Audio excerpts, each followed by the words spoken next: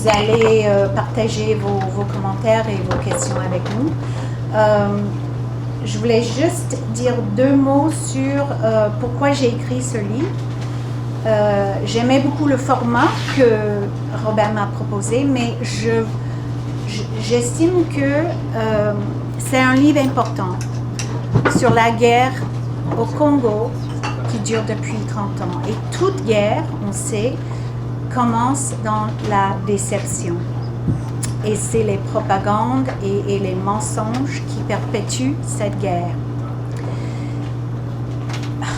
Ce que je voulais clarifier et écrire dans ce court texte, je voulais enquêter davantage sur le rôle des États-Unis et comment cette guerre a commencé.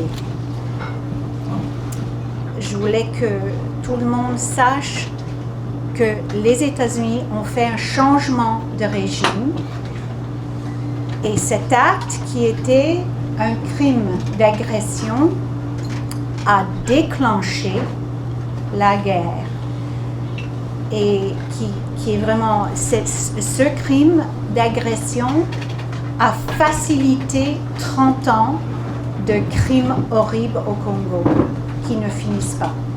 Alors, c'est pourquoi j'ai écrit ce livre. Alors, j'enquête sur différentes choses dans le livre, mais je passe un tiers du livre à vraiment examiner et démontrer les preuves de ce changement de régime. C'est le crime originel. Alors, voilà. Bon, là, elle m'a dévancé. J'étais censé poser cette question. Bon, d'abord, je vous remercie d'être ici avec nous. Je remercie aussi Robert. On a remercié tout le monde. Je veux quand même refaire l'exercice. Mais comme l'a déjà dit, c'est une discussion. Après, vous aurez à poser des questions. Bien entendu, moi, ça fait des années que je travaille sur le dossier, comme toi d'ailleurs. Et quand j'ai vu le livre, je me suis dit, mais est-ce qu'on a encore quelque chose à apprendre de ce qui se passe au Congo? Et je l'ai lu.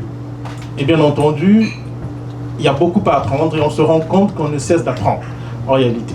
Et surtout sur des crises comme celle à laquelle le Congo est aujourd'hui confronté. Celle-là, ça fait 30 ans que ça dure. Il y a des choses qui ont été écrites, mais moi j'ai envie de te poser une question, parce que tu as travaillé sur le Rwanda, sur les crimes du Front patriotique rwandais. Et qu'est-ce qui différencie, parce que dans ton premier livre, justement, que Robin a cité, L'éloge du sang, il y a quand même un chapitre qui est consacré à la guerre de Kagame au Congo. C'est d'ailleurs de là que tu es parti, si je l'ai bien compris, pour enquêter sur ces crimes-là. Alors, qu'est-ce qui différencie ce livre-là, c'était sur le Rwanda, mais un chapitre sur le Congo, de celui-ci? La plus-value au niveau de ce livre, c'est laquelle? Le plus-value? Ouais, que ce livre apporte. Bon, ce livre, c'est comme... ce livre est quelque chose de synthèse. C'est un livre de synthèse. Dans le premier livre que j'ai écrit, L'éloge du sang, Praise of Blood, je focalise sur les crimes de Kagame. Et je fais une enquête profonde de ces crimes. Et dans ce livre, j'avais dit, j'ai écrit que les États-Unis ont fait feu vert, si vous voulez, pour l'invasion de Kagame au Congo. Parce que c'est ça que j'avais cru, c'est ça que j'avais en termes de preuves.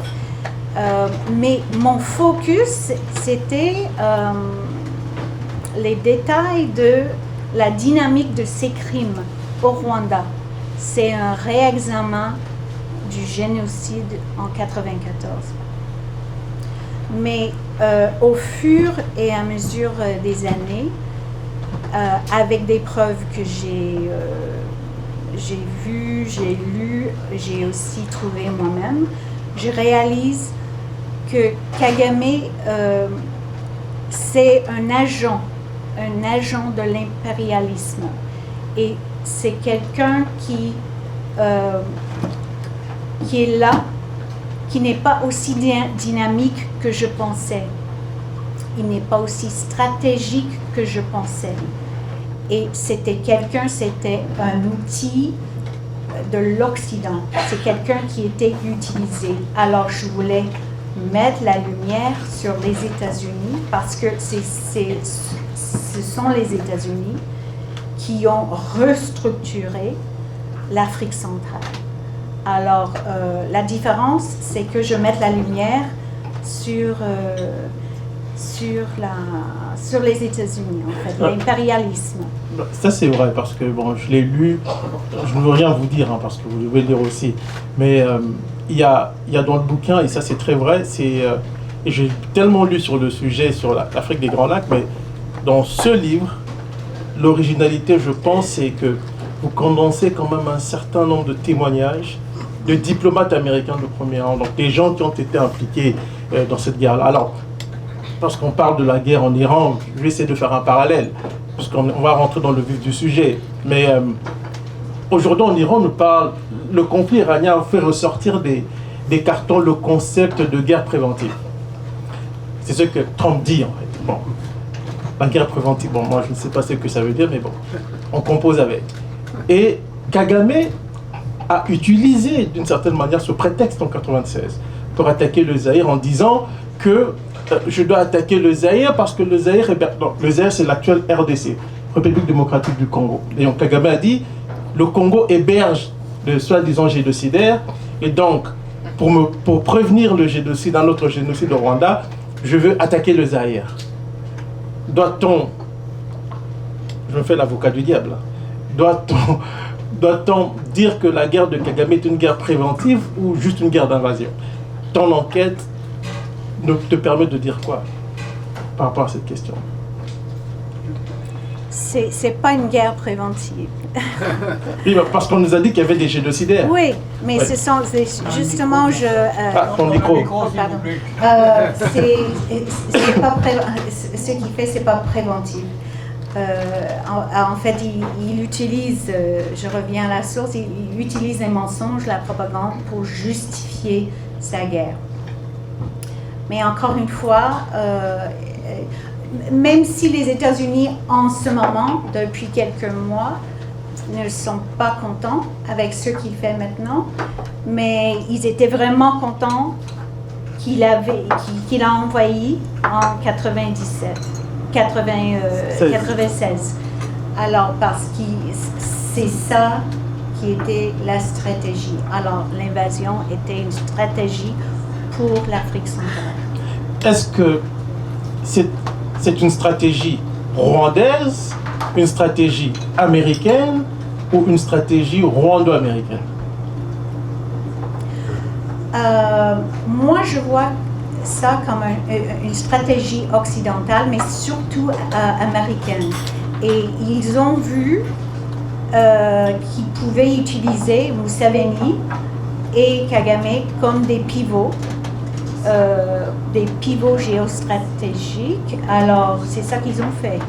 Et après avoir envahi, évidemment, Kagame et son cercle, son oligarchie, étaient vraiment contente de saisir le territoire et d'exploiter des minerais, des richesses.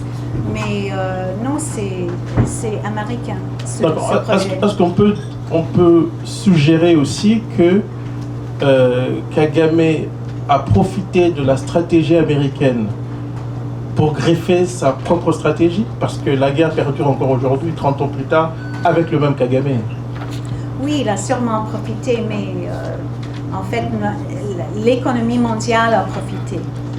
Parce que lui, il fournit, en fait, non seulement il a ouvert le corridor de richesse, et parce que l'économie, dans un sens, commence au Congo.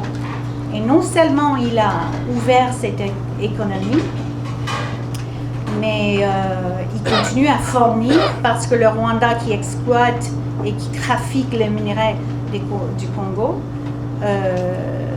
ensuite vendent et exportent ces minerais vers l'Asie et après à tout le monde.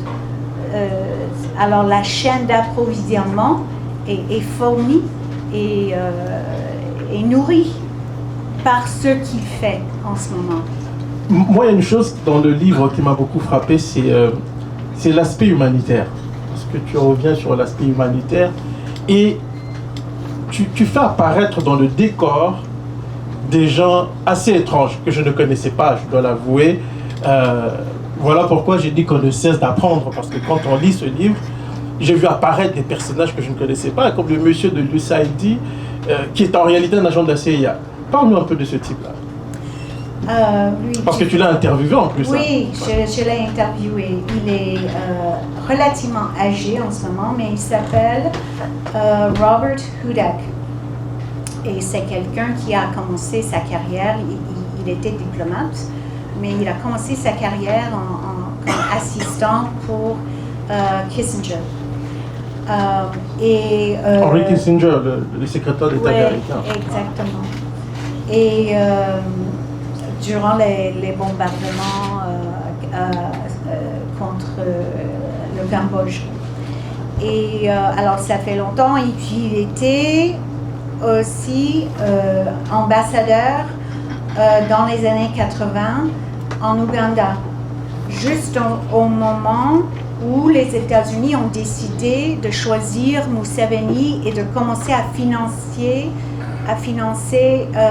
l'Ouganda politiquement, et de donner le grand soutien. Et c'était au moment où ils ont choisi Kagame et Museveni comme vraiment des pivots stratégiques pour le continent, pour créer la zone d'influence et pour aussi lutter, d'avoir ces personnes pour lutter contre l'islamisme sur le continent. Il a aussi travaillé, il était député assistant secrétaire d'État en Afrique et ensuite il a été sur terrain durant l'invasion de Kagame en 96-97. Et surtout, il travaillait pour le USAID, Agence de développement de Washington, mais il était sur terrain, il dirigeait une équipe de disaster resistance. Et puis, c'est assez drôle pour quelqu'un d'avoir ce genre de poste au moment au moment de la guerre, pour quelqu'un, un diplomate comme Robert Hudak. Mais je démontre les preuves dans le livre qui travaillait comme un agent de la CIA. Et je l'ai interviewé chez lui. En fait, je l'ai téléphoné, il était chez lui. Et il a nié qu'il a travaillé pour la CIA, mais j'ai une source américaine qui a travaillé depuis longtemps en Afrique pour le gouvernement. Et il m'a confirmé qu'il travaillait pour la CIA à l'époque, sur terrain, au Zaïre-Congo, durant le renversement de Mobutu. Et durant notre conversation, il n'a pas nié que les États-Unis ont fait un changement de régime. Il était très, très surpris que je lui posais des questions critiques, directes et dures. J'avoue que moi aussi j'étais surpris quand même, parce que d'abord son nom, parce que je me suis tellement documenté, mais ce nom-là, je ne l'avais pas vu. En tout cas, c'est passé sous les radars. Et quand on lit le livre, surtout la partie où il nie sans nier, en fait, il nie sans nier, et il y a une question qui se pose, la frontière entre l'humanitaire et les opérations clandestines. Parce que ça, c'est un élément essentiel de ton livre. Est-ce que tu peux nous dire quelque chose à ce sujet? Parce que tu étais déjà là, tu étais sur place à l'époque aussi. Quand tu étais là et avec le recul 30 ans plus tard, avec tout ce que tu découvres avec ce monsieur-là, M. Robert Oudek, que peux-tu nous dire en fait de ce rapport incestueux entre l'humanitaire et les opérations clandestines? Bon, les États-Unis, j'ai un document, mais les États-Unis à l'époque disaient à tout le monde qu'ils étaient au Zaïre et au Rwanda durant l'invasion de Kagame pour mener une opération humanitaire. Mais ils n'ont rien fait.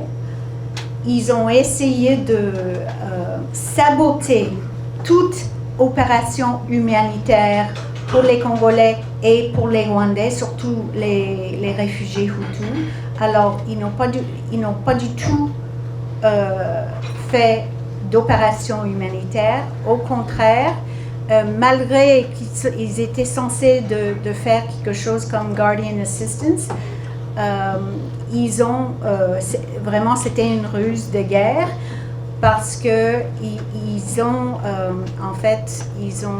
créé une force opérationnelle, et cette force a déployé des avions de combat des avions de combat comme les AC-130,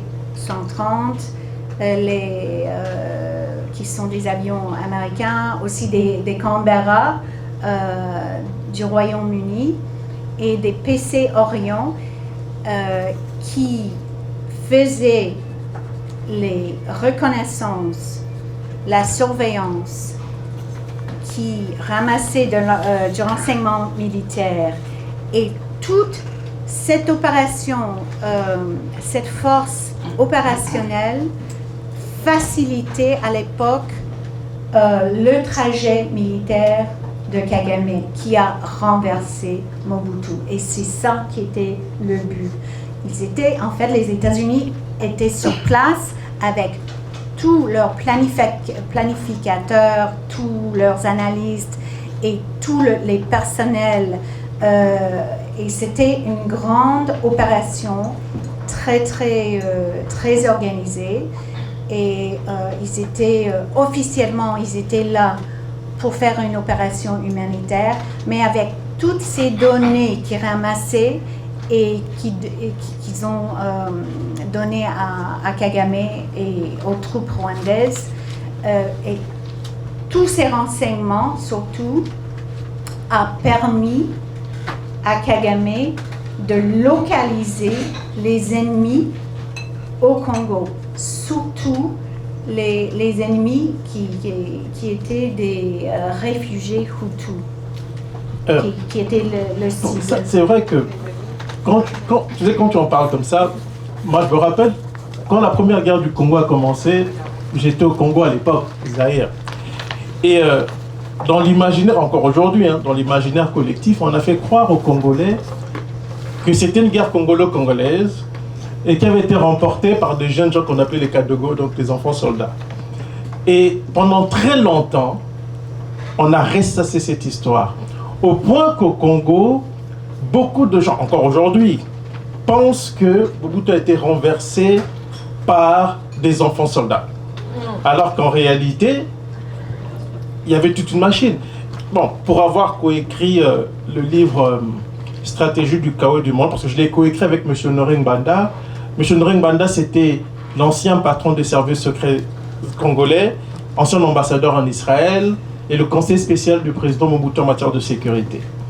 Et je me souviens d'une discussion qu'on a eue, il m'avait dit, pendant les négociations de paix en Afrique du Sud, il est allé là-bas pour rencontrer les protagonistes congolais. Donc, Laurent Désiré Kabila, c'était ses émissaires. Et pendant la pause, alors qu'il se trouvait, je ne sais où, dans la salle où il négociait, il y a un diplomate américain qui l'approche. Et ce que je vous raconte, enfin, corrobore tout ce que vous venez de dire. Ce diplomate américain lui dit, écoutez, M. Mbanda, pourquoi continuez-vous à faire la guerre? De toute façon, vos véhicules, vos blindés, tout ce que vous avez comme équipement militaire, nous le connaissons. s'est passé? Comment faisaient les hommes de Kagame pour ne pas laisser de traces? Bon, on sait que l'ONU a fait une enquête qui est sortie en 2010, mais à l'époque, parce que je suis allée juste après la chute de Mobutu, je suis arrivée quelques semaines après les plus grands massacres. Et je parle des massacres qui ont eu lieu au sud de Kisangani. Il y avait au moins 40 000 personnes dans 2 camps.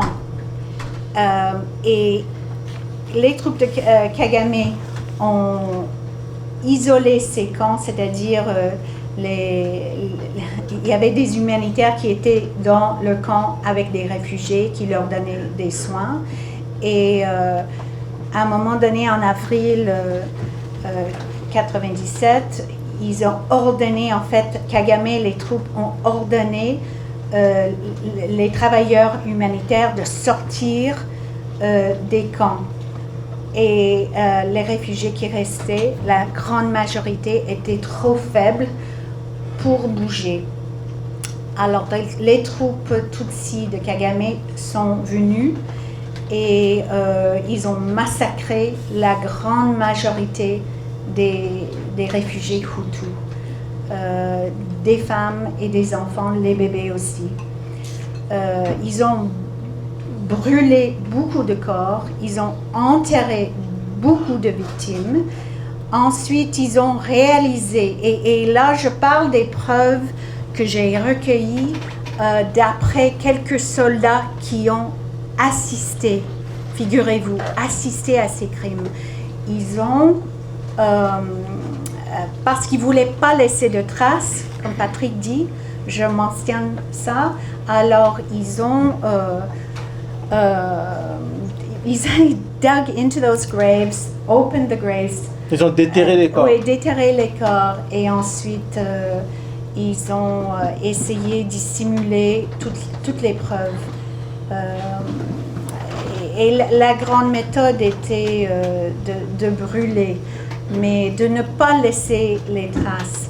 Mais c'est sûr qu'il y avait des traces et c'est sûr qu'il y avait des témoins qui ont survécu, mais aussi des travailleurs humanitaires qui n'étaient pas trop loin, en fait, de ces endroits. Mais avec tout ça, avec tous les moyens sophistiqués utilisés pour faire disparaître les preuves, et tu as fait allusion au rapport mapping de l'ONU qui est sorti en 2010, qui documente les crimes qui ont été perpétrés dans la région, et tout particulièrement au Congo. Est-ce que tu penses quand même que, au regard de ce que nous connaissons du rapport mapping et de ce que tu as pu découvrir dans ton enquête, est-ce qu'on pourra véritablement documenter l'ampleur de ce qui s'est véritablement passé? Parce que oui, le rapport mapping, il est énorme, mais il y a des sources qui disent que la réalité des faits est beaucoup plus grave.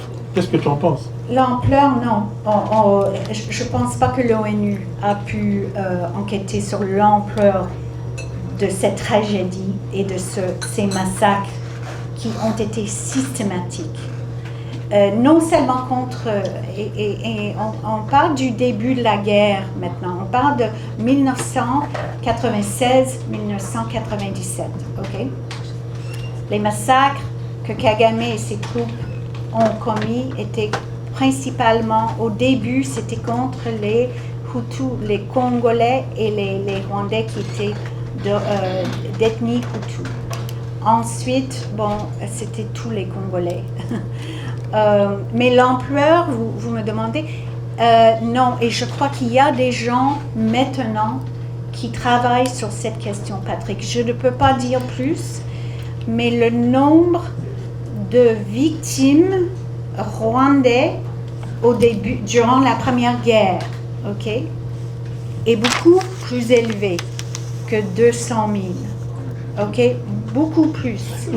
Je peux confirmer ce que tu dis parce que justement j'avais interviewé un humanitaire qui était sur place et qui était chargé, j'en parle dans mon dernier livre Rwanda malheur aux vaincus, qui était chargé de répertorier, d'identifier, en fait d'essayer il fallait répertorier le nombre, pas le nombre de réfugiés, mais surtout les situer, parce qu'ils étaient perdus dans la forêt et tout. Et il m'a expliqué ceci, il m'a dit, écoutez, l'ONU m'a demandé de le faire. Et à l'époque, parce qu'il y a un pays dont le rôle a été très déterminant, c'est le Canada, dont on ne parle pas beaucoup, mais à l'époque, il y avait une mission humanitaire qui avait été mise en place, qui avait été pilotée par un général canadien qui s'appelle Maurice Baril. Et Maurice Baril avait survolé l'est du Congo à l'époque. Et cet humanitaire me dira, écoutez, monsieur Mbeko, quand nous avons pu repérer les réfugiés, ils étaient tellement nombreux parce que c'était avec des agents de l'ONU. Et lors d'un briefing, il explique au général Maurice Baril qu'ils ont repéré les réfugiés. Si nous ne faisons rien, ces gens seront massacrés. On fuit dans les pays voisins, mais ce n'était pas des centaines de milliers. C'était quelques dizaines de milliers. Où sont passés les autres, on ne sait pas. En fait, c'est vraiment pour confirmer ce que tu dis. Et c'est la raison pour laquelle je parle de l'ampleur, parce que dans cette histoire, moi, quand le Mapping Report est sorti, quand je l'ai lu, j'étais un peu sceptique. Je me suis dit, quand on se documente, quand on sait ce qui s'est passé dans cette région, on a l'impression que le Mapping Report était un peu en deçà de la réalité, malgré sa gravité, bien entendu. Mais je crois que le travail de Maurice Baril à l'époque et son rapport qu'il a présenté au Conseil de sécurité, c'était vraiment juste pour... Le but était d'autoriser le parcours militaire de Kagame. Le but n'était pas de protéger les réfugiés ou de créer... Il voulait empêcher en fait une force multinationale qui aurait protégé les réfugiés. Non, c'était vraiment... son rôle était militaire et c'était vraiment une décision stratégique de Washington. Il travaillait étroitement avec Washington et avec Museveni et avec Kagame. Alors, c'est quoi le but de cette guerre? Parce que, quelque part, cette guerre se poursuit encore aujourd'hui sous diverses formes. Ça fait 30 ans. Est-ce que les buts de 96, 97, 98 sont les mêmes qu'aujourd'hui encore, selon toi? À l'époque, ce que je peux dire, c'est à l'époque, le but était de renverser Mobutu. Washington voulait débarrasser de Mobutu, voulait aussi ouvrir le corridor de richesse, ouvrir l'économie. Et c'est ça qu'ils ont fait d'ailleurs, parce que sous Mobutu, les niveaux de cuivre et de cobalt avaient chuté. Le cours Beaucoup, d'une manière fantastique. Alors, il y avait à peu près à peine de production de ces deux richesses ou minéraux qui sont vraiment stratégiques pour l'économie. L'économie mondiale. Hein. Oui, l'économie mondiale. Et on voit depuis le niveau de production de ces deux-là ont augmenté d'une manière incroyable. Aussi, les minerais dans l'Est, dans les Kivu, dans les provinces des Kivu artisanales, qui sont aussi stratégiques pour l'économie aéronautique, pour l'industrie de la défense et pour toutes nos technologies modernes. Alors, on voit d'une manière phénoménale comment le Congo est essentiel et la production de ces minerais est essentielle pour l'économie moderne. Les commandants du FPR, ils étaient à Kigali et ils faisaient la fête. Ils étaient amis avec les gens qui ont pris le pouvoir en juillet 1994. Et ces gens-là admiraient le FPR, mais c'est vraiment une infiltration et une influence une réussite de propagande qui a commencé par le FPR, par les cadres politiques et militaires, par les cadres dans les années fin 80, début 90. Alors déjà, la communauté internationale, surtout les chercheurs, les journalistes, des activistes, les gens qui travaillaient dans les domaines des droits de l'homme,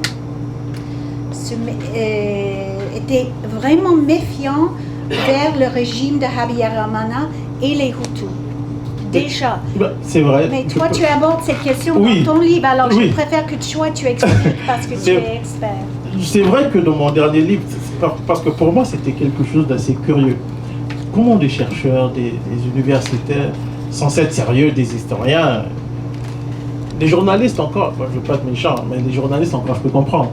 Mais les universitaires, ça me choquait. Et c'est vrai que j'ai discuté, surtout en France, parce que la France est devenue le QG du système FPR, et dans une certaine mesure la Belgique. Et j'ai été choqué. J'ai eu des discussions avec des universitaires, des historiens. Et je me rappelle d'un historien qui m'a dit, écoutez, monsieur Mbeko, nous on vous suit, on aime ce que vous faites. Mais ce que vous dites, nous on ne peut pas le dire. Et je lui dis, mais vous êtes quand même universitaire, vous êtes un grand historien. Et il me dit, c'est très difficile de parler de ce sujet ici en France. Et d'ailleurs, je le cite dans mon livre. Il y a un autre qui était même très très énervé et qui m'a dit, bon, il y a beaucoup de témoignages que je relève dans mon livre, c'est qu'il y a aussi dans le milieu universitaire cette question du courage intellectuel, d'aborder des questions qui fâchent. Et c'est très difficile aujourd'hui. Quand vous êtes universitaire, surtout si vous êtes carriériste, alors faites attention à votre carrière.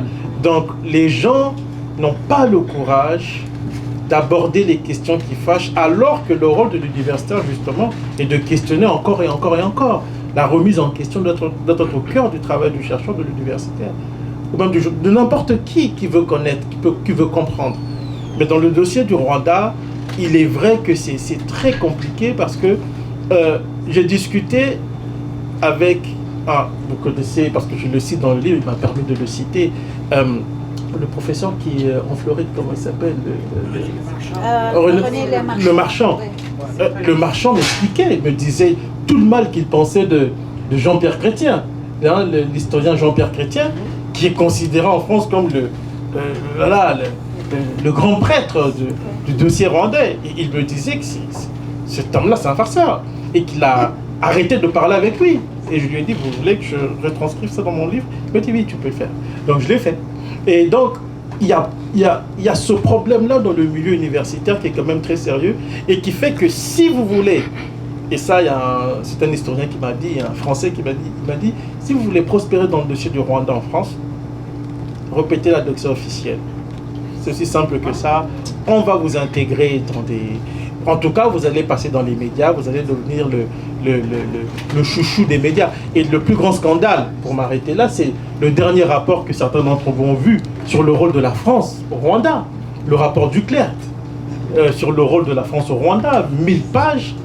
Mais le rapport du Clerc, c'est un rapport, c'est une commande politique. On a demandé à un historien qui ne comprenait rien à la région des Grands Lacs de produire un rapport sur le rôle de la France au Rwanda. Bon, il a produit un rapport, et je sais de sources sûres qu'il y a eu un différend entre lui et certains de ses collègues. Mais Duclerc a des ambitions personnelles, et donc on produit un rapport comme ça, qui devient un document de référence sur le rôle de la France au Rwanda. Et donc, bonjour les dégâts pour l'avenir. Et c'est incroyable. Et c'est pire parce qu'on pense que ça s'arrête aux universitaires. J'ai interviewé 2 magistrats français. Même au niveau des procès, on a le même problème. Ce sont des procès à sens unique. On condamne des gens à tour de bras dans des procès totalement problématiques. Et là, il y a des avocats, il y a Alison qui est là, qui peut témoigner de ce qu'ils ont vu au niveau du TPR. Et c'est pareil dans les États occidentaux, dans les États de droit aujourd'hui. Et c'est vrai, je confirme ce que tu dis quand tu affirmes que Kagame a réussi non seulement à naïveté, mais à susciter aussi une forme de crainte dans les milieux, dans les rédactions, dans le milieu universitaire. Et cette crainte est liée à un autre phénomène dont on ne parle pas beaucoup. C'est que Kagame a des amis puissants. Kagame a des amis très puissants et certains universitaires intéressés à la question des Grands Lacs, les journalistes, les gens le savent. Ils savent qu'il y a des sujets qu'il ne faut pas toucher. Lorsque Charles Nana, mon ami Charles Nana, a sorti son livre, je peux vous dire qu'il y a eu des organisations en France qui se sont mobilisées. La LICRA, ils ont écrit à France Média Monde, c'est-à-dire la structure qui chapeaute France 24, RFI et tout ça pour dire qu'on ne veut plus le voir là. Et Madame Saragosse, la PDG, la présidente de France Média Monde, a dit oui, il ne sera plus invité. Vous voyez le niveau. Et donc, si on revient à la question qui nous unit ce soir, et je veux basculer sur la question de la justice dont tu as parlé tantôt, tu as parlé de la CPI. Oui. Et il y a un enquêteur de la CPI qui t'a donné des confidences, qui t'a fait des confidences sur les poursuites, la difficulté de poursuivre Laurent Kagame et ses hommes. Peux-tu nous en parler un peu? Ça, c'était à l'époque, c'était relativement tôt, où Kagame, en fait, ses grands chefs de guerre dans les provinces de Kivu, massacraient et commettaient des crimes horribles. Et la CPI a été créée en 2002 et avait la possibilité d'enquêter sur, en fait, le commandant de tous ces massacres qui était à Kigali. C'était le président rwandais, c'était Paul Kagame lui-même. Parce que tout le monde, chaque année, l'ONU sortait des enquêtes qui montraient que Kigali créait ses milices et recruter des gens pour les milices, financer ces milices et donner des armes aux milices. Et en fait, toutes les preuves étaient là, mais c'était vraiment difficile au début de faire des enquêtes parce que c'était le chaos, les massacres, les dangers, les risques pour les enquêteurs, figurez-vous. Alors, je crois que les enquêteurs qui travaillaient, moi j'ai contacté, j'ai interviewé un des grands enquêteurs qui avait, avant, qui avait travaillé au TPIR. Ensuite, il enquêtait sur les crimes en Ituri et surtout en Ituri, c'est une province au nord des Kivu où les milices de Kagame s'opéraient sur terrain et il avait peur pour sa vie. Et à l'époque, lui discutait avec son chef qui était le procureur Luis Moreno Ocampo, le procureur. Il a dit que c'est le temps de viser Kagame, c'est le temps d'arrêter ces chefs de guerre. Et on peut le faire si on fait il y a assez de preuves, on peut trouver les témoins, les preuves sont là, les dégâts sont là. Mais c'était un choix politique de la part du procureur Ocampo, Moreno Ocampo. À l'époque, Kagame était intouchable. Alors même il a laissé, ce procureur ne voulait pas, au début, il ne voulait pas toucher le plus grand chef, Bosco Ntaganda, qui était le pire milicien, chef de guerre que Congo a jamais vécu, a jamais vu. Alors ça a pris des années avant que la CPI a issu des mandats d'arrêt contre lui, mais la CPI a décidé de ne pas, même quand ils ont eu Ntaganda, ils ont poursuivi et ils ont condamné Bosco Ntaganda. Ils l'ont poursuivi comme chef de guerre congolais pourtant, Ntaganda, il a lutté dans toutes les milices de Kagame et lui, il a été aussi dans l'armée rwandaise avant que l'armée rwandaise a saisi le pouvoir en 1994 après le génocide.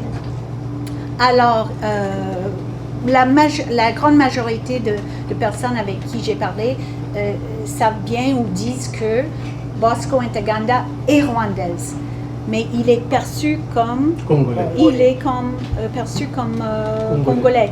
Il a été poursuivi et condamné comme un Congolais qui n'a jamais été influencé ou commandé par quelqu'un d'autre. Il travaillait à son compte et tout le monde tout le monde sait que c'est faux, c'est absolument absurde. C'est ça la réalité de la guerre que traverse la RDC. Le temps file, on va ouvrir la séquence de la période des questions-réponses. Et donc, s'il y a des gens qui ont des questions, n'hésitez pas, le micro va circuler. Ça, c'est sans fil ou... Oui, il faut venir devant ou quoi? Non, mais peut-être se lever. D'abord, moi, je tiens à remercier, d'abord, avant qu'on passe aux questions, Judy pour avoir écrit le livre. La conversation est formidable. Si vous me permettez, j'aimerais ajouter que Maurice Baril, ça c'était une mise en scène de Bill Clinton avec Jean Chrétien. C'est Jean Chrétien qui a décidé qu'on allait créer une force d'interposition. Et c'était novembre 1996. Et il s'est réveillé, lui puis sa femme regardaient la télé, puis on dit, il faut faire quelque chose. Ça, c'est l'histoire officielle. Et ils ont créé ça. Et c'est son neveu, Raymond Chrétien, qui était l'ambassadeur, qui a travaillé avec Maurice Barry. Puis ils ont préparé ça, ils ont créé cette force d'interposition pour protéger, avec l'idée avant que ça serait une force militaire mornée, ce que c'était. Et le témoignage que tu as fait, j'en ai entendu d'autres comme ça aussi. Alors c'est important. Jean Chrétien ne doit pas en sortir indemne. En 2003, c'était correct. Alors, on va ouvrir, je m'excuse de faire cet ajout, mais là, on aurait des questions, peut-être. Michel Simon, qui est un universitaire. Voilà. Tout d'abord, je veux féliciter Judy Weber, Patrick Mbeko et Robin Philpot pour l'événement, pour la publication. Votre courage est honorable. Oui. Je suis un universitaire. Merci. Merci. Je suis un universitaire et j'ai le goût de faire un très court commentaire pour essayer de fournir l'explication que je donne de l'absence de courage des universitaires. Je crois qu'il y a trop peu de journalisme d'enquête comme celui qu'effectue Judy Weber et l'absence de présence journalistique d'enquête sur le fond des enjeux fait en sorte que les universitaires se sentent mal à l'aise de prendre des initiatives étant donné leurs impératifs de carrière. Alors, il ne faut pas s'illusionner, les universitaires manquent de courage et c'est, à mon avis, ce qui explique pourquoi ils se taisent même lorsqu'ils savent. Ma question est pour Judy Weber. Vous avez dit que à l'époque où Kagame s'engage au Congo, il est un pivot des États-Unis. C'est ce que vous avez été amené à découvrir de plus en plus. Et ma question est, est-ce qu'il l'était aussi au moment des événements tragiques au Rwanda lui-même? Est-ce que vous pensez que les États-Unis jouent un rôle même à cette époque? Oui, c'est une bonne question. J'aimerais enquêter davantage sur cette question, mais oui. Je pense que il y a des gens qui peuvent témoigner d'une manière plus détaillée sur ça, mais j'aimerais savoir qu'est-ce que tu en penses, Patrick. Mais ça m'a pris longtemps de croire, mais oui, si. Moi, je dirais que oui, tout simplement parce qu'il faut d'abord comprendre qu'il a été formé par eux. Il était à Fort Leavenworth quand la guerre civile a commencé au Rwanda, puis il est revenu. Et on sait aujourd'hui, par exemple, qu'il y avait une guerre secrète entre les Français et les Américains au Rwanda et Kagame avait justement un téléphone crypté que lui avaient fourni les services secrets américains et qui a été décrypté par les services français, ils ont dû changer. Donc on ne donne pas à n'importe qui ce type de téléphone pour être en contact avec les alliés américains. L'autre élément de mon point de vue qui est fondamental, qui permet de comprendre le rôle de Kagame, c'est le génocide, c'est l'articulation du génocide. Parce qu'à l'époque, il y a une force des Nations Unies sur place au Rwanda. Souvent on oublie de le dire, il y avait la MINUAR, la mission des Nations Unies. Quand les massacres ont commencé, la MINUAR était là. Ce sont les Américains et les Britanniques qui ont fait pression au Conseil de sécurité pour que le mandat de la MINUAR ne soit pas renforcé. Ils ont fait pression à Madeleine Albright pour que la MINUAR soit en fait amputée de 3/4 de son effectif. Pourquoi est-ce qu'on l'a fait? C'est ça, c'est la vraie question. Parce que Kagame avait une supériorité militaire à ce moment-là. Il était en passe de s'emparer du pouvoir et il ne fallait pas le déranger dans sa quête de s'emparer du pouvoir. C'est la raison pour laquelle les États-Unis ont fait pression, et même lorsque Boutros-Ghali, le secrétaire général des Nations Unies, a supplié les diplomates britanniques et américains de faire en sorte qu'une force, la MINUAR puisse agir, et c'est Boutros-Ghali qui le dit dans ses mémoires. Il dit, les diplomates américains et britanniques m'ont regardé droit dans les yeux, ils m'ont dit, Monsieur Ghali, vous n'aurez rien. En riant, en plus. Et la mission étant amputée du 3/4 de son effectif, Kagame a foncé sur Kigali. Au moment où les Américains se sont rendus compte que Kagame était en position de s'emparer de tout le pouvoir, on a voté au Conseil de sécurité une résolution pour renforcer la mission des Nations Unies qui avait été amputée, avec le même mandat et les mêmes règles d'engagement. Mais encore une fois, on se rend compte du rôle des États-Unis lorsque les Français décident d'intervenir dans le cadre de l'opération turquoise. Et à ce moment-là, les Américains dépêchent des avions espions sur place, y compris des officiers, pour surveiller tout ce que faisaient les Français, parce qu'ils craignaient justement que les Français puissent freiner la conquête du pouvoir, la prise de pouvoir à Kigali par Kagame. Donc ces éléments permettent de comprendre le rôle combien important jouaient les États-Unis dans cette affaire. Si je pourrais ajouter deux éléments aussi, les États-Unis, comme d'autres pays, savaient ou pensaient en fait, savaient que Kagame était responsable pour l'attentat contre l'avion de Habyarimana, avait ses preuves avec leurs satellites, et savaient aussi que à partir d'avril, les forces de Kagame commettaient des crimes, surtout dans le nord et dans l'est du Rwanda. Et on savait, parce que les gens qui ont travaillé pour l'ONU recueillaient des témoignages, avaient des preuves des grands massacres de Kagame. Alors les États-Unis ont supprimé tout ça. Ne voulaient pas que la communauté internationale et le grand public connaissaient vraiment ces faits historiques. Et ensuite, ils ont réussi à imposer le récit, c'est-à-dire ils ont refusé de poursuivre Kagame au TPIR pour tous ces crimes. Ils ont transféré la juridiction des crimes de l'ONU au Rwanda pour laisser les criminels poursuivre eux-mêmes. Alors ça, ce sont des opérations et la politique de Washington qui a organisé ça. Oui, Alison. J'étais l'avocate de Bagosora, qui était le prétendu cerveau de génocide au Rwanda, 1994. OK. J'avais juste deux commentaires à propos de ce qui a été dit jusqu'à là. Oups. Merci. Alors, j'avais juste deux commentaires à propos de ce qu'on a discuté.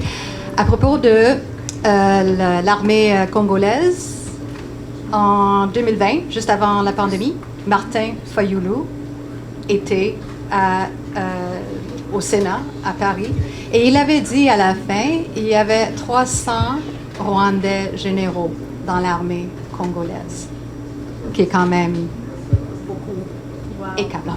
C'est incroyable. Deuxième chose, à propos des universitaires, j'ai parlé avec une universitaire à Paris à propos du sujet et elle a dit, oh my God, je suis en train de enseigner, ce qui n'est pas vrai. J'ai dit, mais pourquoi est-ce que tous les universitaires... Elle dit, c'est parce que tous les universitaires veulent aller au Rwanda pour faire leurs recherches. J'ai dit, mais qu'est-ce que vous pensez qu'ils vont trouver? Ils ont détruit toutes les archives de ce qui était la vérité à l'époque et ils ont nettoyé tout pour présenter leur narrative officielle. Deux choses que Bagosora a dit durant son témoignage devant la cour. Numéro 1. C'était l'avocat de Bagosora. Une des deux avocats. Et il y avait une question, premièrement, une question à propos de l'attentat. Parce que personne n'a été accusé de ce crime, okay, qui a tué 2 présidents, du Rwanda et Burundi. Alors le procureur en contre-interrogatoire dit, Monsieur Bagosora, c'est vous qui étiez responsable de ça. Et Bagosora lui regarde et il regarde les juges et dit, Monsieur le juge, est-ce que vous voulez demander à votre procureur de retourner dans son bureau et continuer ses devoirs, enlever ce dossier de la tablette et continuer son enquête? Parce qu'il sait fort bien qui est responsable de ce crime. Deuxièmement, quand Bagosora a témoigné à propos d'une question qui portait sur Prudence Bushnell. Prudence Bushnell a appelé et a voulu parler avec Bagosora. Tu peux juste nous dire c'est qui c'était le député, chef des affaires... diplomate à l'ambassade. Diplomate américaine, oui. Et elle était à Washington et elle devait témoigner. Mais les témoins américains qui devaient témoigner, finalement, n'ont jamais témoigné. Sauf un pour la défense. Mais quand la question était à propos de Bushnell, mais Mme Bushnell vous a appelé, M. Bagosora, pour vous demander d'arrêter les massacres. Et Bagosora a dit, écoutez, il y avait une guerre, l'armée faisait face à l'armée de Kagame, et si on tournait le dos pour essayer d'arrêter les massacres, ça serait la fin. Et il a dit, vous savez fort bien que c'est les États-Unis derrière tout ça, et pourquoi est-ce que les États-Unis ne sont pas venus eux-mêmes au Rwanda? Pourquoi est-ce qu'ils sont allés derrière le FPR pour envahir notre pays? Parce que pour lui, c'était sans question, les Américains étaient derrière ça. Il y a aussi toute la question de ce qui est arrivé. David Rawson, qui était l'ambassadeur américain sur place, il a commencé en janvier 1994. Il a écrit dans son livre que la décision a été prise aux États-Unis en 1992 de renverser le régime de Habyarimana. Et ça se trouve dans les archives américaines. Alors, c'est clair que les États-Unis étaient derrière. Après Mobutu, c'est Museveni qui était leur chef en Afrique. Ils ont pointé le doigt. Et après ça, Kagame, avec le contingent diaspora Tutsi dans l'armée de Uganda, qui a mené la guerre, qui a piloté la guerre contre le Rwanda. Le 1er octobre 1990, c'était là où on a envahi le pays Rwanda. Et c'était une guerre d'agression menée par les États-Unis. Et quand on regarde tous les câbles diplomatiques qui s'échangeaient à travers les 4 ans de la guerre, c'est très clair ce qui est arrivé. C'est indéniable. Anyway. Merci.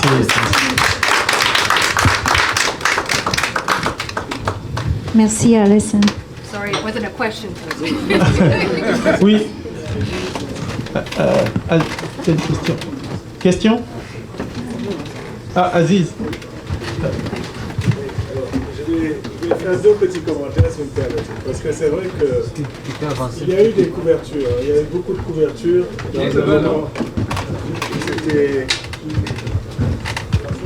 J'aimerais profiter d'avoir l'occasion pour dire qu'il y a eu des couvertures.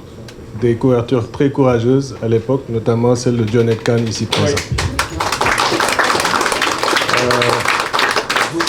Vous savez, je vais même partir de cette anecdote parce que John Edkan est témoin d'un moment où Tajuddin, que vous connaissez peut-être, qui était le secrétaire général du 7e congrès panafricain, dans notre salon au Grilla, nous discutions de la mise en place de cet axe qu'on appelait KKK à l'époque, et de la surveillance américaine et surtout du déploiement du plan américain dans la région.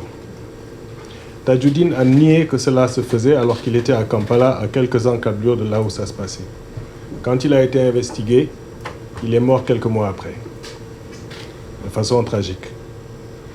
Ce que ça démontre en réalité, c'est que le premier plan américain de reprise du Congo, parce que contrairement aux analyses, les Américains n'ont jamais lâché le Congo depuis Lumumba. Ce qui les inquiétait, c'était le remplacement de Mobutu et le vacuum. Et ils pensaient que Kabila serait malléable. Mais les parrains de Kabila, dans leur appétit féroce, ont réussi à faire quelque chose que très peu de gens ont vu. Il faut comprendre ce qui s'est passé avec les diamants de Jonas Savimbi, Blaise Compaoré, Charles Taylor. Cet axe-là permettait l'évacuation des diamants au moment de l'embargo. Ce sont ces gens-là qui ont comploté et qui ont permis d'ailleurs, à partir de la base de Pau, l'accès au Stinger qui a abattu l'avion de Habyarimana. Ça s'est fait à partir de Blaise Compaoré du Burkina Faso. Ce qui s'est passé, c'est un grand effort d'une certaine administration américaine de cette époque qui a d'ailleurs échoué dans son deuxième conflit, puisque sans les pays de la ligne de front, les anciens pays qui ont lutté contre l'apartheid, le Congo n'existerait pas aujourd'hui. C'est cet échec américain qui a permis en fait à Kagame, dans sa rivalité avec l'Ouganda, d'appliquer une stratégie de type israélienne. L'assassinat ciblé de ses dirigeants et les occupations avec le même élément de l'Holocauste, il a très bien su utiliser, et bien sûr avec le remords des Européens, puisque les Français, comme vous le savez, ça va aller jusqu'à la francophonie, avec le sentiment que tu ressens en France, c'est parce que la culpabilité d'avoir soutenu le régime de Habyarimana et l'idée qu'il ait pu soutenir le génocide, c'est ce poids qui fait que les gauches et les intelligences ne peuvent pas cautionner l'évidence que le FPR fait partie du génocide qui a eu lieu dans son propre pays. Et ça, c'est les vérités qui ne sont pas bonnes à dire. Et ici, c'était la période de réflexion des codes miniers. Et donc, les généraux Dallaire, Barry et compagnie, c'est toute une infrastructure de firmes multinationales juniors qui vont faire de la bourse de Toronto, la première plateforme minière, sur les décombres de ce qu'est le Congo et de tout le pavage du secteur minier en Afrique. C'est donc quelque chose dont il faut faire les liens. Et contrairement à ce qui est dit, jusqu'à preuve du contraire, jusqu'à présent, malgré le fait que c'est un allié qui peut être encombrant pour une certaine administration américaine, Kagame tire son épingle du jeu. Il a su infiltrer l'Union africaine, il a su déstructurer par des réformes cette organisation, il a su refaire tout un système financier et même une certaine crédibilité dans les milieux dits de gauche progressiste. Nous avions eu l'avantage, parce que nous sommes intéressés à la crise du Congo dans l'époque de Mobutu, de soutenir la campagne du Frodébu. On a compris l'assassinat d'un Dadae, l'assassinat d'un Taramira et de Habyarimana. Et c'est à ce moment-là que certaines voix discordantes, qui étaient inaudibles, même dans les milieux académiques, se sont faites. Donc c'est assez injuste de dire qu'il n'y a pas eu ces réflexions. Ces réflexions, c'est dans un tumulte organisé de propagande, de grand fric, d'un ordre mondial qui ne veut pas entendre ces voix. Mais ces voix existent et c'est des voix de résistance. Donc il faut faire bien attention de soutenir le travail remarquable que ces personnes font, mais il y a un travail qui se fait depuis très très longtemps et qui ne pourra pas mourir parce que l'histoire retient quand même. Et je crois que ceux qui ont lu le livre de Roger Boubou, le patron de Dallaire Parle, savent déjà qu'il y avait des voix discordantes dans la sous-région. Tôt ou tard, l'Afrique triomphera, ne vous en faites pas, c'est une lutte longue et continue.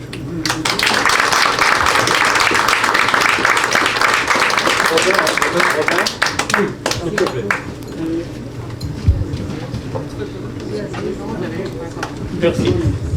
Johnny, dont on a parlé tantôt, juste avant de prendre la parole, je vais dire une chose sur Johnny. Je l'ai rencontré en 2000, on s'est rencontrés en 2008. C'était l'un des rares journalistes de la presse, le quotidien La Presse, à couvrir les événements du Congo. Et c'était l'une des voix qui, justement, portait haut la réalité de ce qui se passe dans la région encore aujourd'hui. Et Johnny, je le cite dans mon dernier livre parce que c'est l'une des personnes que, justement, les Tutsis du Canada, proches du FPR, étaient allés voir pour annoncer qu'ils allaient attaquer envers le Rwanda. Vas-y, Johnny. Merci. Je veux d'abord féliciter et remercier Judy Rever et Patrick Mbeko pour la discussion très riche, très animée. J'ai écouté attentivement, j'ai appris beaucoup de choses. Et je trouve que c'est vraiment très important. À mon avis, s'il y a une question qui est vraiment importante aujourd'hui dans le monde, c'est le génocide au Congo. Le méga génocide. Sur des décennies. D'une certaine façon, on parle beaucoup de génocide à Gaza, etc. Même au Canada, très souvent, j'ai dit aux gens, j'aimerais voir les Canadiens manifester, occuper les campus pour réclamer justice pour nos peuples autochtones.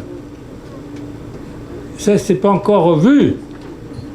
Je n'ai pas encore vu les étudiants occuper les campus pour réclamer justice pour les Premières Nations au Canada. Mais on est focalisé sur Gaza. Et bien sûr, on n'est pas focalisé du tout sur le Congo, sur l'Afrique des Grands Lacs.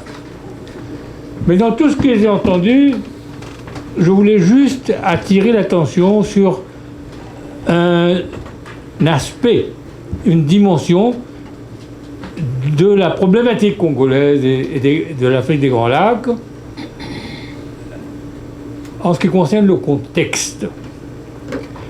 Et je pense que je n'ai pas senti suffisamment la contextualisation de la problématique des Grands Lacs dans la fin de la guerre froide et ce qu'on a appelé le moment unipolaire de l'Occident.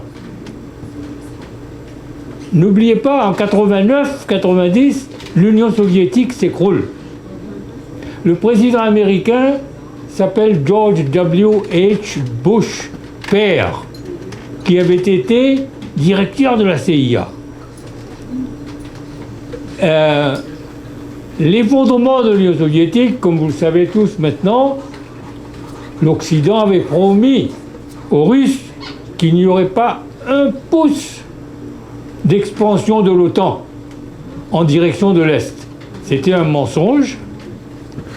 Et finalement, d'ailleurs, c'est pour ces mensonges qu'on a eu l'invasion de l'Ukraine, l'occupation de la moitié de l'Ukraine.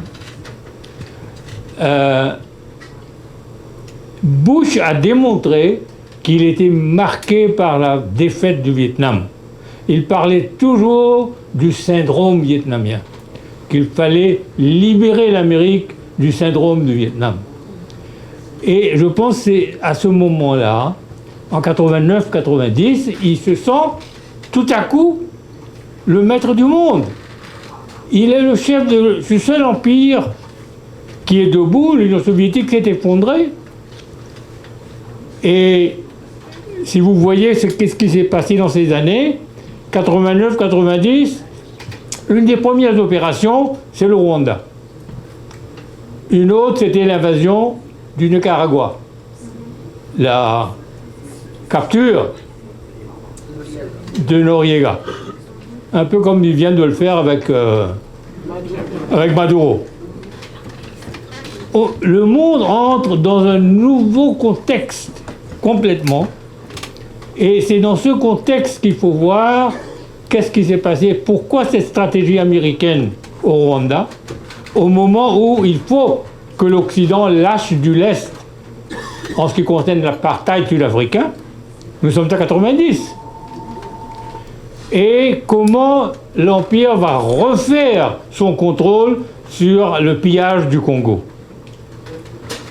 Et l'État profond, les penseurs, etc., ils ont abouti à cette conclusion. On va d'abord, nous n'avons plus besoin de la France en Afrique. Donc on va évincer les Français, c'est nous, et c'est les Anglo-Saxons qui prennent la tête. Pas seulement les États-Unis, suivis de très près par le Canada, la Grande-Bretagne, l'Australie et la Nouvelle-Zélande. C'est ce qu'on appelle les 5 yeux. Ce sont eux qui vont se débarrasser du pouvoir français au Rwanda.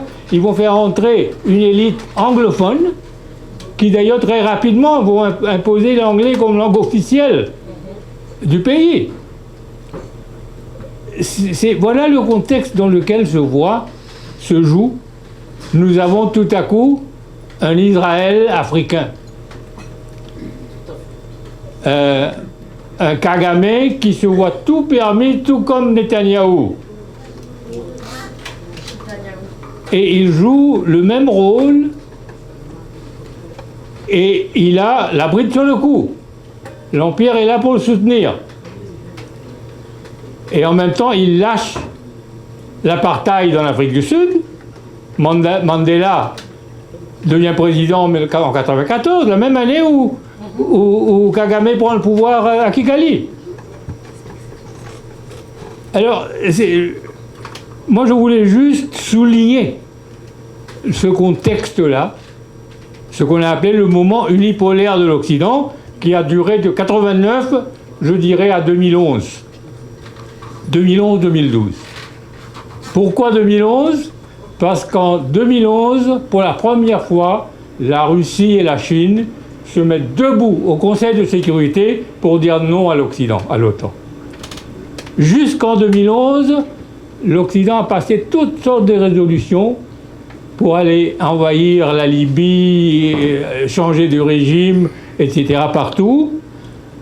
Les Russes et les Chinois se sont abstenus, n'ont rien fait. Et en 2011, octobre, les États-Unis décident de présenter une résolution au Conseil de sécurité pour un no-fly zone sur la Syrie. Parce qu'ils veulent aller faire en Syrie une Libye bis. À partir de là, c'est le dérapage de l'OTAN. Là, on rentre dans une autre période, post-guerre froide, où nous nous trouvons maintenant avec ce qui se passe en Iran, en Asie de l'Ouest. Mais l'Afrique des Grands Lacs, le martyre, le génocide, le crime généralisé, normalisé, banalisé, continue. Et donc c'est ça qui est important. Je voulais juste refaire ce contexte-là. Merci, Jonathan.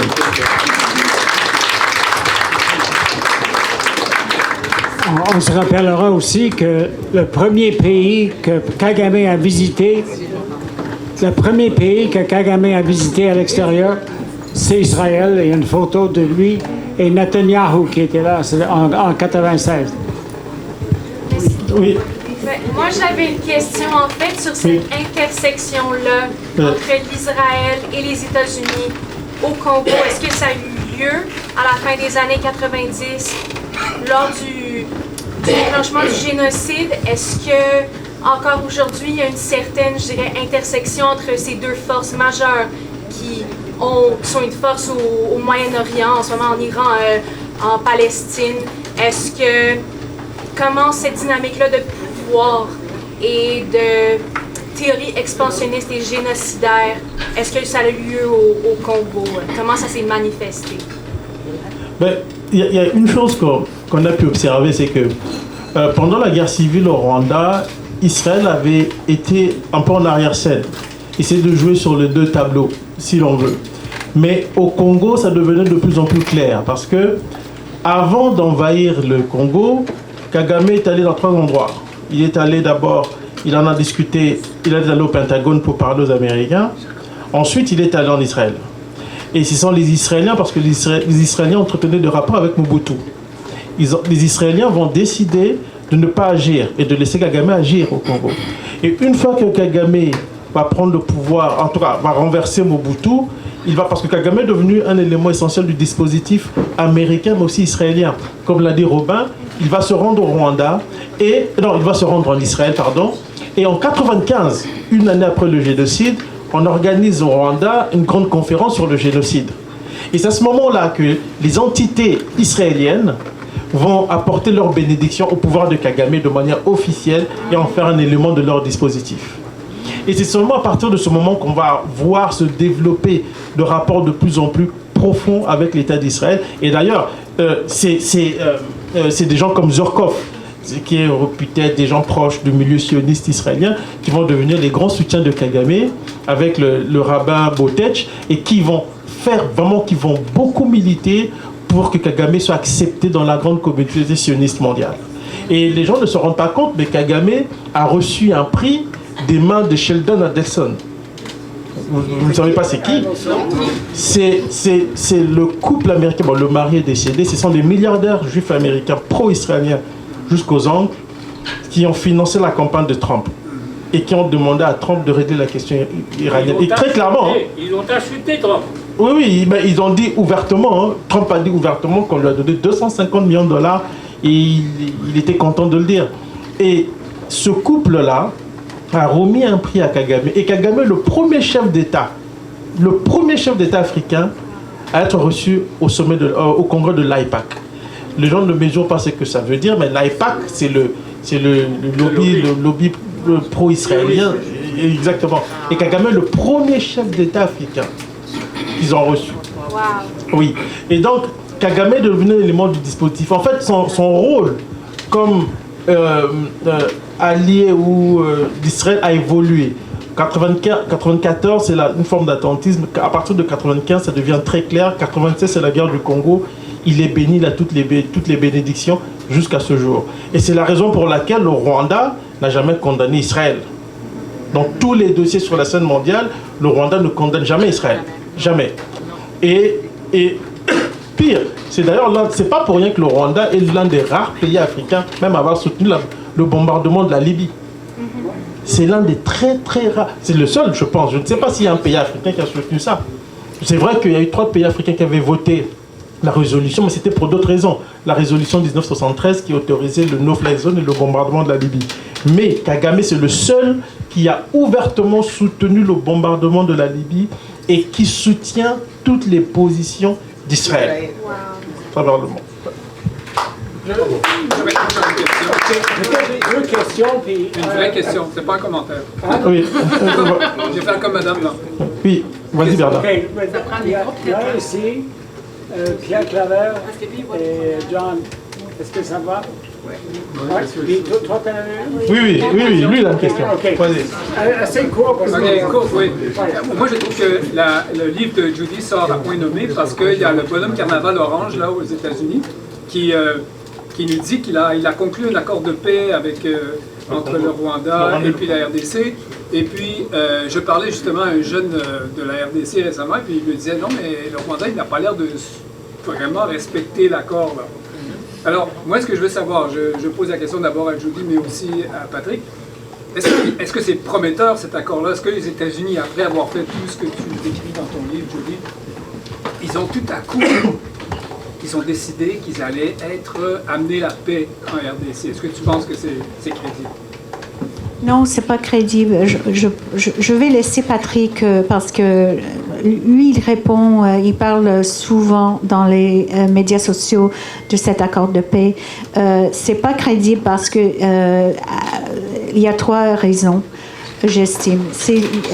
Encore une fois, c'est les Américains qui veulent avoir accès aux minerais congolais. C'est ça la raison, la stratégie de cet accord. C'est pas un accord, c'est un deal, ok? Deuxièmement, dans le deal, les Américains prévoient que le Rwanda va continuer à exporter les minerais congolais. C'est comme le Rwanda est récompensé pour 30 ans de trafic et d'exploitation et de massacre au Congo dans cet accord de paix. Troisièmement, il y a une clause qui est ridicule dans l'accord de paix qui sert comme prétexte pour Kagame et ses troupes de rester au Congo. Patrick peut peut-être donner un peu de contexte, mais mon avis, non, c'est pas du tout crédible. Mais je suis totalement d'accord avec Judy. Cet accord, il faut comprendre, dans l'entendement américain, cet accord a un objectif très clair. Pas seulement, il y a le fait qu'il faut avoir accès aux ressources stratégiques du Congo. Il y a un élément beaucoup plus déterminant pour les États-Unis, c'est de chasser les Chinois, qui contrôlent le secteur extractif congolais, majoritairement. Donald Trump, en tout cas, les États-Unis de manière générale, ils sont obsédés par la présence chinoise qu'ils veulent en tout cas chassés du Congo. Et c'est la raison pour laquelle cet accord a été signé. Mais ce n'est pas un accord de paix. C'est un accord politique qui avait pour objectif d'ouvrir la voie aux minerais du Congo aux États-Unis. Et c'est dans cette optique qu'il faut l'interpréter. C'est d'ailleurs la raison pour laquelle il n'a jamais mis fin à la guerre. Parce qu'ils ont signé l'accord, la guerre se poursuit. Encore aujourd'hui, le Rwanda est toujours présent en RDC. Et d'ailleurs, les États-Unis n'ont pas demandé au Rwanda de quitter la RDC. Ça, c'est très important. Récemment, ils ont imposé des sanctions à des officiers rwandais. Moi, j'ai vu des gens qui ont dit « Ah oui, mais c'est le début d'une chose. » Non, il faut faire attention. Ils ont imposé des sanctions parce que le Rwanda, selon eux, leur a manqué de respect en violant, en prenant la ville d'Uvira. C'est pour ça. Et les Américains ont demandé aux Rwandais non pas de quitter le Congo, mais de se retirer dans la zone où ils étaient avant la signature de l'accord. Autrement dit, ils entérinent implicitement l'occupation et la continuation du pillage des ressources naturelles congolaises. Oui, une question. Hi, Tim Reed, and he's a former peacekeeper for the UN, and he's worked for the UN in Rwanda and Congo. Oui, en effet, et en Libye et en Ukraine aussi. Donc, je peux dire que beaucoup de ce qui était raconté par rapport à ces deux derniers conflits c'est un peu de confusion, mais on peut en discuter ailleurs. C'est juste pour dire, finalement, ayant travaillé à l'intérieur des Nations Unies, en étant sur le terrain, j'ai négocié avec presque tous les groupes armés. J'ai enquêté sur les massacres de Mudende, des caves de Nyakemana, de Gatumba. J'ai désarmé, démobilisé des milliers de combattants étrangers. Et j'ai aussi eu beaucoup de contacts avec des responsables américains, notamment quand j'ai passé une année au Harvard Kennedy School, puis il y avait plusieurs membres seniors de l'administration américaine qui enseignaient à cette époque-là.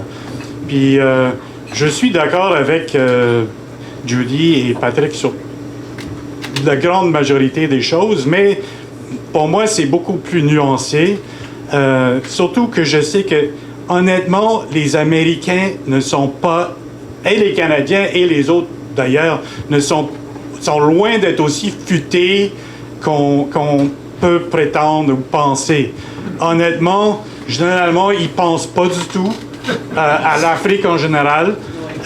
Ils connaissent une partie du problème, c'est que surtout avec les Rwandais sont très futés en manipulation, que une des rares choses, ils savent, bon, il y a des lions, il y a des éléphants, il y a eu le génocide, peut-être ils se souviennent qu'il y a déjà eu une famine en Éthiopie. C'est à peu près tous, même des gens très éduqués, même des professeurs d'université, des gens qui souvent les gens dans l'administration, ne sont pas là forcément parce que ce sont des plus grands experts, mais parce que ils n'étaient pas du président ou ils connaissaient quelqu'un.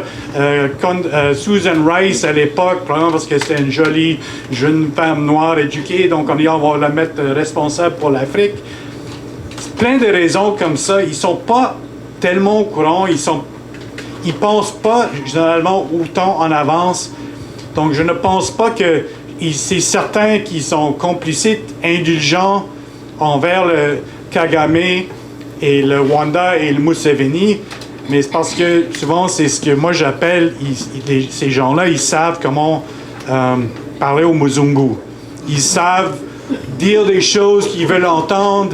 Si aujourd'hui on dit c'est politique étrangère féministe, Kagame, mais vous voyez, mon parlement c'est majoritairement des femmes.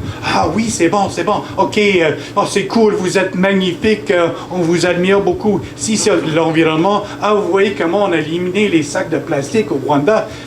Ils savent toujours dire le bon mot, contrairement à certains autres comme Mugabe ou d'autres qui on peut les aimer ou pas les aimer, ils ont fait beaucoup de dégâts, mais qui vont jouer un peu les soi-disant mad dogs ou les chiens fous. Eux, les Kagame, les Museveni, sauf Museveni avec ses histoires d'homosexuels, ils savent toujours dire la bonne chose au bon moment. Et c'est comme ça qu'ils manipulent. Finalement, c'est qui a profité de l'invasion en tant d'étrangers, à part les Ugandais et les Rwandais? C'était des Chinois. C'est des Chinois qui ont raflé la majorité des contrats.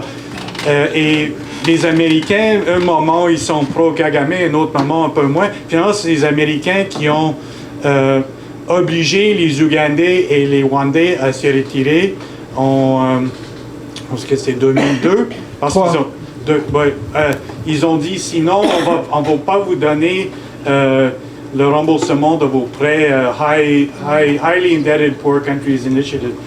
Donc, c'est à ce moment-là, mais par contre, les Clinton, ils ont acheté à quel point ils ont cru complètement, à quel point c'était facile pour eux. Mais on a vu que c'était souvent eux, ils ont acheté tout cet aspect leader, nouveau leader politique africaine. Et on a vu que plus tard, les Clinton ont donné un prix à Kagame. C'est Hillary Clinton qui a obligé les cours à abandonner le procès intenté par le veuve Habyarimana devant les tribunaux américains. Pour ce qui est des enquêtes au Congo, partie du problème, c'était que d'abord, il n'y avait pas beaucoup de gens sur le terrain.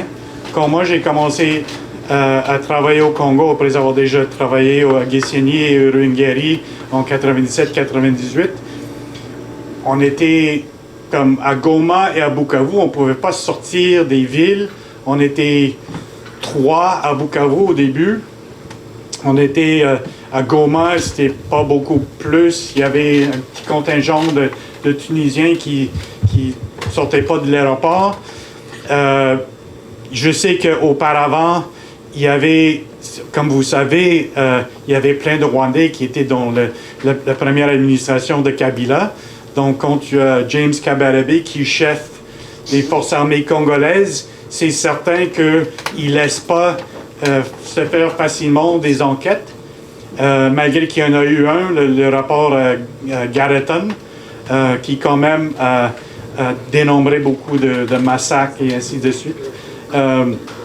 Mais c'était toute l'administration et le ministre des Affaires étrangères était aussi, Bizima Karaha, était aussi semi-rwandais. Ils étaient plein partout. Donc, ils ne laissaient pas faire. Il y avait même des enquêteurs, y inclus des militaires canadiens qui ont été mis en prison quand ils ont essayé de faire juste un petit peu leur travail.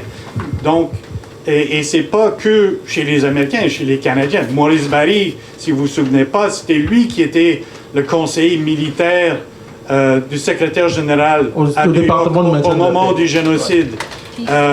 C'est Louise Arbour qui a fait abandonner, qui a viré son enquêteur, qui a trouvé que c'était le FPR qui a descendu l'avion, qui a ignoré le rapport qui était commandité par les Américains, d'ailleurs, de Gersony, à une des nombreuses conférences à Kigali, parce que maintenant, il y a le tiers des conférences qui sont tenues à Kigali, et discuter de comment combattre la désinformation avec, d'ailleurs, un des membres qui parlait sur la scène était un Canado-Rwandaise qui était le conseiller principal de Kagame en communication. Donc, pour vous montrer à quel point c'est un peu partout, à quel point le régime Kagame, je les aime pas du tout, mais à quel point ils sont vraiment malins et capables et que, franchement, les autres sont assez innocents, comme on dit au Québec, ou niaiseux, quand ça vient avec ces gens-là, un peu comme ce qu'on voit d'ailleurs avec l'Iran, où on se demande, souvent c'est ce qu'on appelle, ce qu'on dit en anglais, the tail wagging the dog. Donc, c'est-à-dire que vous n'allez pas croire à quel point ces gens-là peuvent être niaiseux et facilement manipulables par des dictateurs qui sont rusés et qui ont motivé la pauvre CIA, la pauvre CIA qui est manipulée. Oui, jusqu'à un certain point. Prochaine question, parce que vous allez rencontrer certains de ces gens-là, vous allez être étonnés de voir. Oui, mais Tim, juste un petit mot sur Louise Arbour. C'est Louise Arbour, elle a été vachement intéressée par l'enquête de Michael Hourigan au début. mais la personne qui était dans la salle au bureau m'a dit qu'elle a reçu un appel des Américains de Washington d'enterrer l'enquête. Ok, c'est pas non. Bien sûr, mais je crois que ces pays, on peut être d'accord, les pays travaillent ensemble, les pays occidental travaillent ensemble. C'est sûr. Il y a dans ce type de structure des gens qui sont très informés, parce qu'il y a deux niveaux d'analyse qu'il faut avoir par rapport à ça. Il y a ce qu'on appelle le niveau d'analyse, les opérations clandestines. Ça, c'est piloté par des gens qui savent ce qu'ils font et c'est censé être secret. Même ceux qui sont dans le système, parfois, ne sont pas informés. Et puis, tu as un autre niveau avec souvent la plupart des diplomates qu'on voit. Et la plupart, et c'est vrai, qui ne sont pas nécessairement informés. Moi, je l'ai vu. J'ai eu des discussions avec des diplomates que j'écoutais. Je me rendais compte que c'était des vrais bourriques. Excusez-moi de le dire comme ça. Ce sont des gens qui utilisent des notes qu'on leur donne. On leur donne des notes sur des questions qu'ils doivent lire rapidement parce qu'ils ont beaucoup de choses à traiter, c'est vrai. Mais il ne faut pas perdre de vue des stratégies de domination, des stratégies de prédation qui sont parfois décidées, articulées à des niveaux insoupçonnés. Là, on n'est plus dans le visible. Par exemple, quand vous prenez le livre de Judy, le monsieur de l'USAID,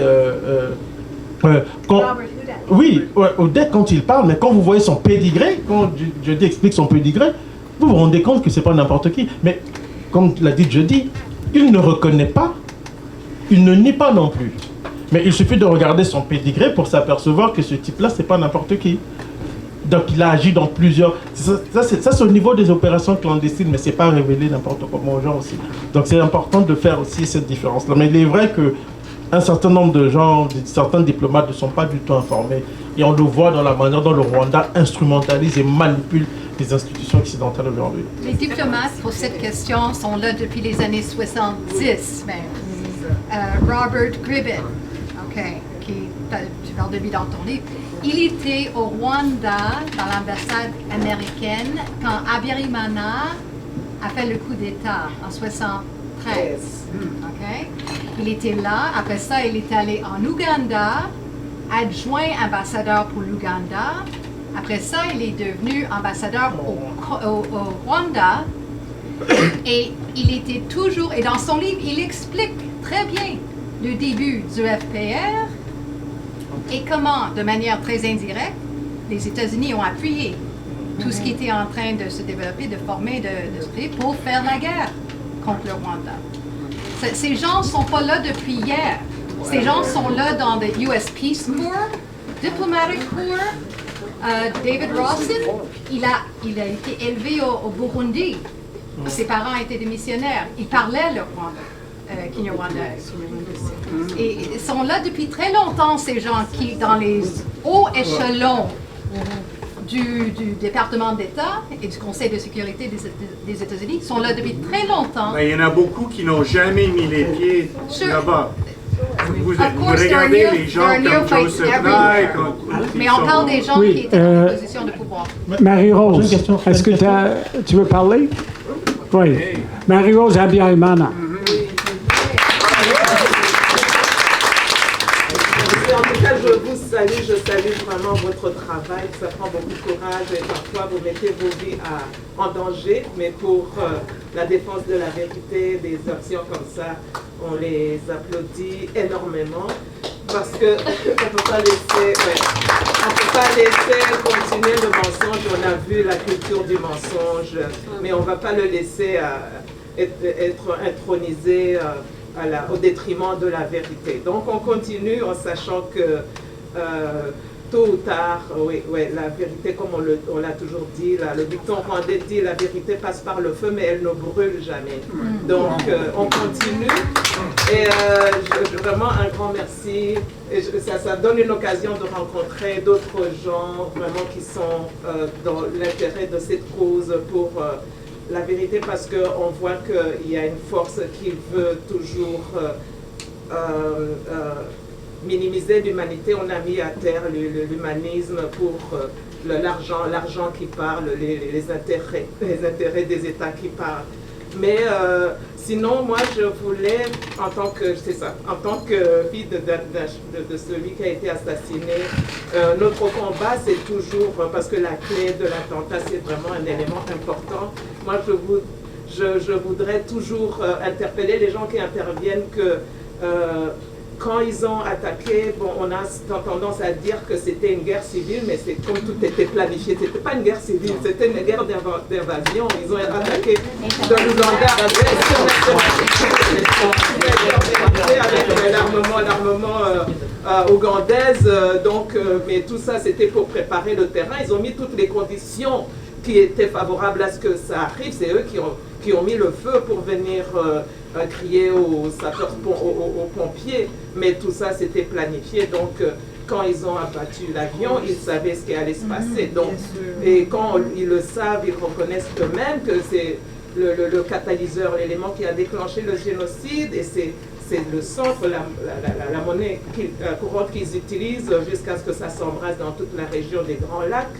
Donc si on contourne l'attentat, ça se sait, on le sait qu'il a fait. Et le tribunal international pour le Rwanda, qui était censé juger tous les crimes qui ont été commis toute l'année de 1994, il saute expressément l'élément qu'il considère comme l'élément déclencheur du génocide.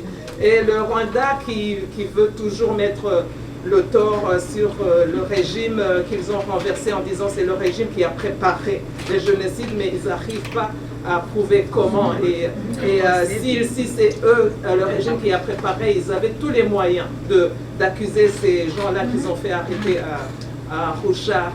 Aucune personne qui a été accusée pour l'entente pour commettre le génocide, ça c'est parmi 41. Pour ce qui est arrivé avant l'attentat, personne n'a été condamné sur les 41. Personne.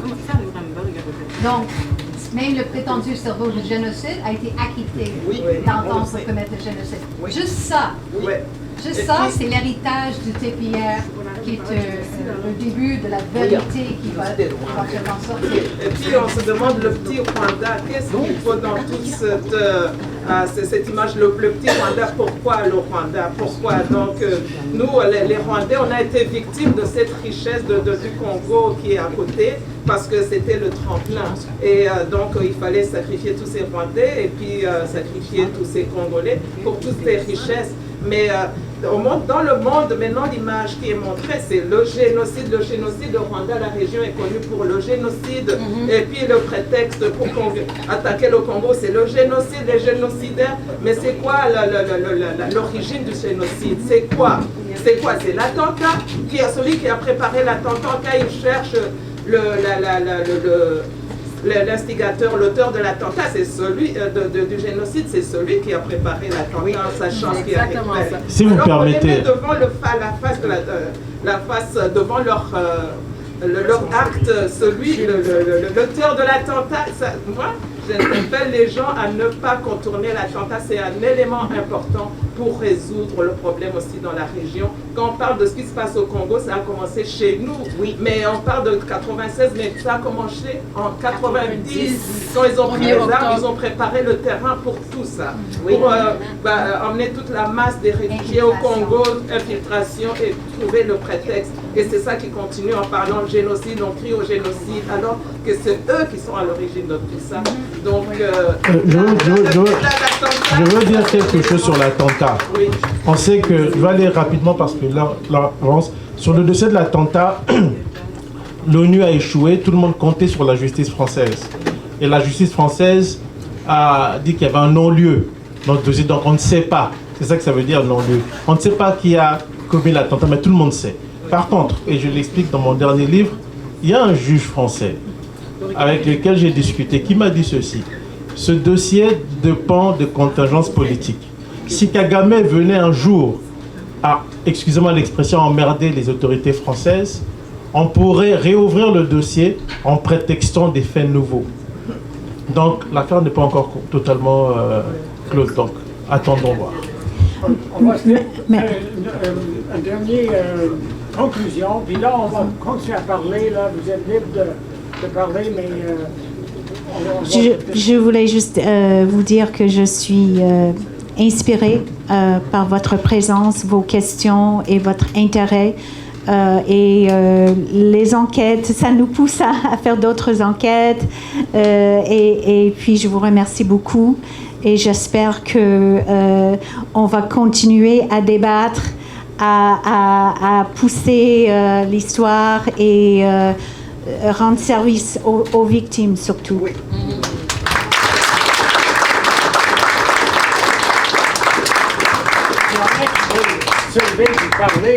Oui, c'est ça.